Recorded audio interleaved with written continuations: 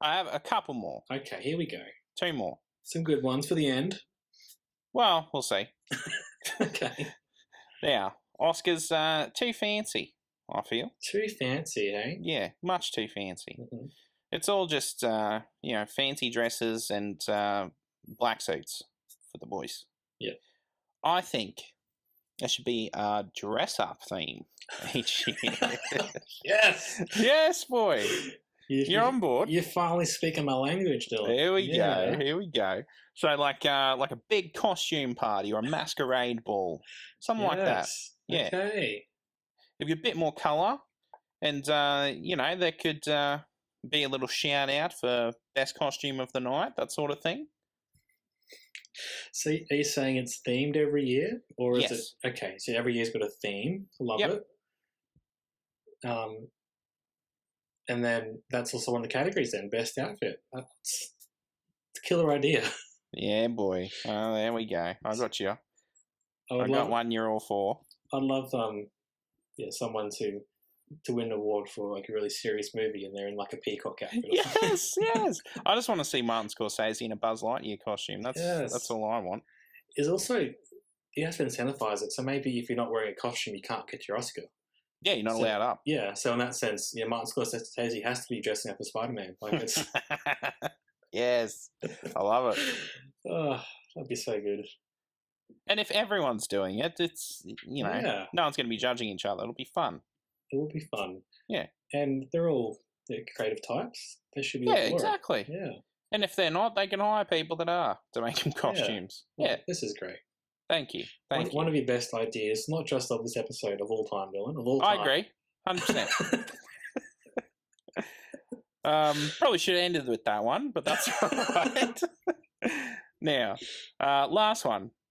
I want to add a category, if I may. Mm-hmm.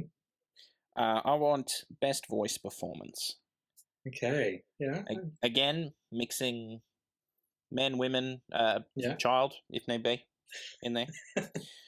Mainly for animated films, obviously, but if there's like a voice-only role in like a major live action film, like a Rocket Raccoon, for example, that sort of thing. People called for Scarlett Johansson to get nominated for her back in the day. Mm-hmm. And she plays the voice of the AI system, yeah. Yeah, also heard there have been rumblings about Andy Serkis for Caesar, the ape, in the Planet of the Apes films. So, I mean, that's motion capture as well, but that could be its own category. Some would argue. I think there's probably not enough. Yeah, that was my thought. Every year. Yeah. So, throw it in with the voice performances. Why not? Well, I think that's a very good point, Dylan, because voice acting is just as legitimate and it's just as difficult and as much as an art form as acting in front of the camera. So why not?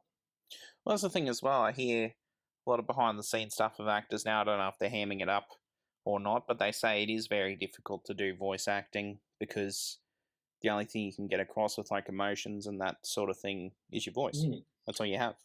And the way they do it, often they're just doing it to no one, or like doing it to the director, and they're not, sitting around acting in front of, like, with someone, so they can't really work with the other actors. So yeah, it can be more difficult in that sense.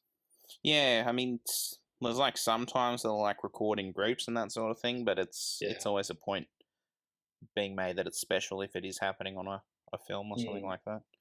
But I mean, not only will it give like voice actors more recognition, because it'll open the door to like proper voice actors, not just Hollywood actors doing voices, if you know what I mean. But it may have a knock-on effect as well of big Hollywood actors maybe taking voice acting roles when they may not necessarily have done otherwise, if there's a potential that they could win an Oscar, that sort of thing. I think that's a very good idea, Dylan. You've two last ideas have nailed it. Ooh, very nice.